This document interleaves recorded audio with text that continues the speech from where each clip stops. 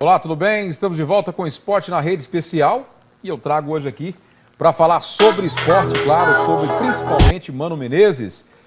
Igor Pereira, ele que é da editoria de esportes do Jornal Diário da Manhã. Vamos falar sobre Mano Menezes, falar sobre os clubes goianos, sobre o Vila Nova e também sobre o Goiás também, que claro, quem sabe, esse final de semana pode se consagrar aí campeão brasileiro da Série B. Prazer receber aqui, seja bem-vindo, Igor. Tudo bom? Valeu, Alex.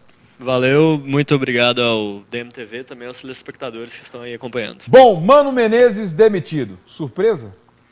Surpresa sim, porque a pressão já era muito grande tem um tempo, né? Todo mundo pensou que ele seria demitido logo após as Olimpíadas, que não foi um resultado satisfatório. Foi em julho as Olimpíadas, teria um tempo mais hábil para o seu substituto fazer um projeto melhor. E agora que todo mundo passou esse período, todo mundo pensou que agora o Mano Menezes não cai mais, até porque falta apenas 1 ano e meio para a Copa do Mundo. E aí teve essa derrota para a Argentina, que mesmo assim o Brasil conseguiu o título nos pênaltis, só que foi um resultado que não convenceu, um time que não vem convencendo tem muito tempo já. E aí, último jogo do ano, a CBF aproveitou, que já estava com a ideia formada, aproveitou, acabou demitindo o Mano e agora tem um tempo curto para o seu sucessor, apenas 1 ano e meio para a Copa do Mundo. Ano que vem já tem Copa das Confederações. Então foi uma decisão muito delicada de se tomar, mas acredito que foi, acima de tudo, uma decisão acertada. Mas assim, eu acho que ficou meio que uma sinuca de bico para a CBF. Tinha que tomar essa decisão agora. Ou era agora ou nunca. Na verdade, tinha que ter tomado essa decisão. A gente pensou que isso seria em julho, né? O agora ou nunca. Tanto que todo mundo até parou de falar nisso. Realmente, eu acho que pegou todo mundo de surpresa, claro. Que, inclusive, ele, claro, perdeu para a Argentina, ganhou nos pênaltis. E acho que foi o único título que o Mano Menezes conseguiu. Foi o Superclássico do ano passado e desse ano também, né? O único título que ele conseguiu foi o Superclássico. Mas é um título entre aspas, né, Alex? Que é um título amistoso. Não tem amistoso, com os jogadores só do Brasil. A seleção da Argentina muito fraca, né? Muito fraca, porque os principais jogadores da Argentina jogam na Europa, aqui, né? E os mesmos que estavam lá, os jogadores que estavam no futebol brasileiro. Ainda joga, boa parte deles jogam. Montilho, Guinha Azul. Bacos. E o interessante é o seguinte, agora, tá essa sinuca de bico, dispensou Mano Menezes e agora tem-se a tarefa árdua, terrível, de acertar um técnico. Qual seria o nome? Claro, muitos estão sendo sondados, Tite, o próprio Muricy Ramalho, que já esnobou a seleção brasileira na época do Fluminense. E aí, quem seria esse nome para substituir Mano Menezes? Olha, Alex, eu estava até vendo uma pesquisa que a ESPN estava fazendo no portal dela, que ela colocou uns nomes. E eu fiquei até muito surpreso, que o principal nome que estava na pesquisa, com 30 e poucos %, era o nome do Pepe Guardiola, espanhol e ex-técnico do Barcelona. Eu penso que seria uma decisão muito ousada essa do Guardiola, até porque o Brasil sempre teve a tradição de ter técnicos brasileiros. Isso está um pouco na moda na Europa, né? Tanto que o Capello o italiano já foi técnico da Inglaterra. E na Europa está muito comum isso. Acho que no Brasil não seria um momento, até porque a gente está há 1 ano e meio de uma Copa e seria uma experiência muito arriscada. Ainda mais que essa Copa é no Brasil, né? Então tem uma responsabilidade a mais, uma expectativa a mais, porque é para ser a Copa das Copas, né? Que em 50 o Brasil acabou sendo vice e até hoje se carrega a marca disso. Então, eu penso que o Guardiola, claro, formou um time mágico no Barcelona, é um grande treinador, só que, não sei, eu acho que talvez ele não saberia lidar com o grupo, pelo fato de ser estrangeiro. Seria um teste, eu acho muito arriscado fazer teste agora. O Muricy, você falou que ele esnobou tudo, tem o Filipão, em 2002 ele assumiu também, faltando mais ou menos esse período, 1 ano e meio para a Copa, quando o Vanderlei Luxemburgo foi demitido, entrou o Filipão.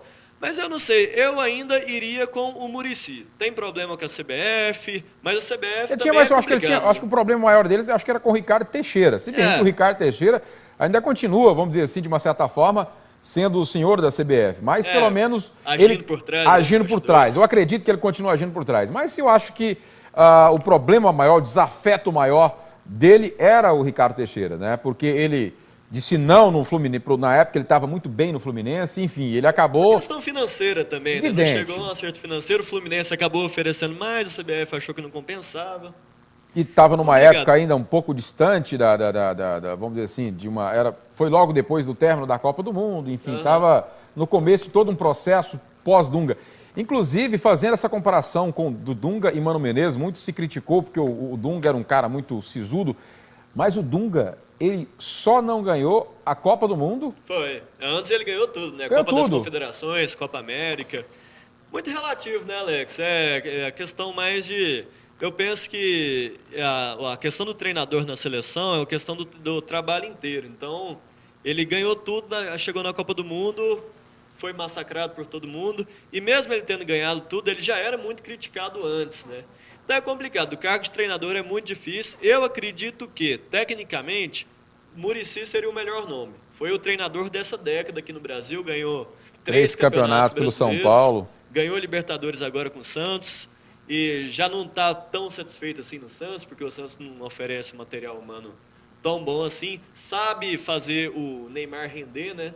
Que o Neymar no Santos ele acaba rendendo muito mais, talvez até por uma questão de posicionamento. Eu acredito que ele seria um bom nome. O Filipão, um cara ultrapassado, acredito eu. Já depois... Ultrapassado. Treinou o Brasil, treinou Portugal, depois não teve sucesso em lugar nenhum. Eu acho que o Filipão, ele já não tem mais o pique de ser um treinador de seleção. O mesmo aconteceu com o Parreira, né? Exatamente. Tanto que tentou-se uma nova tentativa, foi uma nova tentativa com o Parreira que acabou... E depois não treinou mais, né?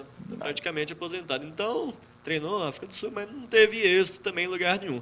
Eu tentaria o Muricy. Sem o Muricy, um treinador que está despontando agora é o Abel Braga, né? Campeão brasileiro. Sim. Campeão brasileiro pelo Fluminense. Mas eu tentaria o Muricy. Eu acho que é uma tentativa boa, um técnico que não monta, às vezes, times tão ofensivos como gosta o torcedor brasileiro, mas um técnico que, em pouco tempo, se tornou multicampeão. Multicampeão. Montou as equipes, fez o seu esquema, fez o Santos render com um time limitado, só com o Neymar e mais um ou dois jogando e desequilibrando. Então, eu acho que ele seria o nome ideal. Tipo assim, você que está acompanhando todo esse processo de Mano Menezes, desde que ele entrou, ele vinha de uma fase muito boa no Corinthians, enfim, um técnico da vez realmente, estava numa fase muito boa. O que você acha que foi o grande erro, talvez, do Mano Menezes, todo esse processo aí? Ele que experimentou muito, ele convocou cerca de mais de 100 jogadores durante esse tempo que ele ficou. Acho que só de goleiros, parece que foram, 14 goleiros só de goleiros acho que foram 14 goleiros, que é uma posição tão única, né? E ele testou tanto assim. Você acha que ele tentou demais? Ele variou demais? O que foi o grande erro do Mano Menezes? Ele se perdeu, né? Você falou aí que ele tentou muitos jogadores, não encontrou uma formação certa, se perdeu.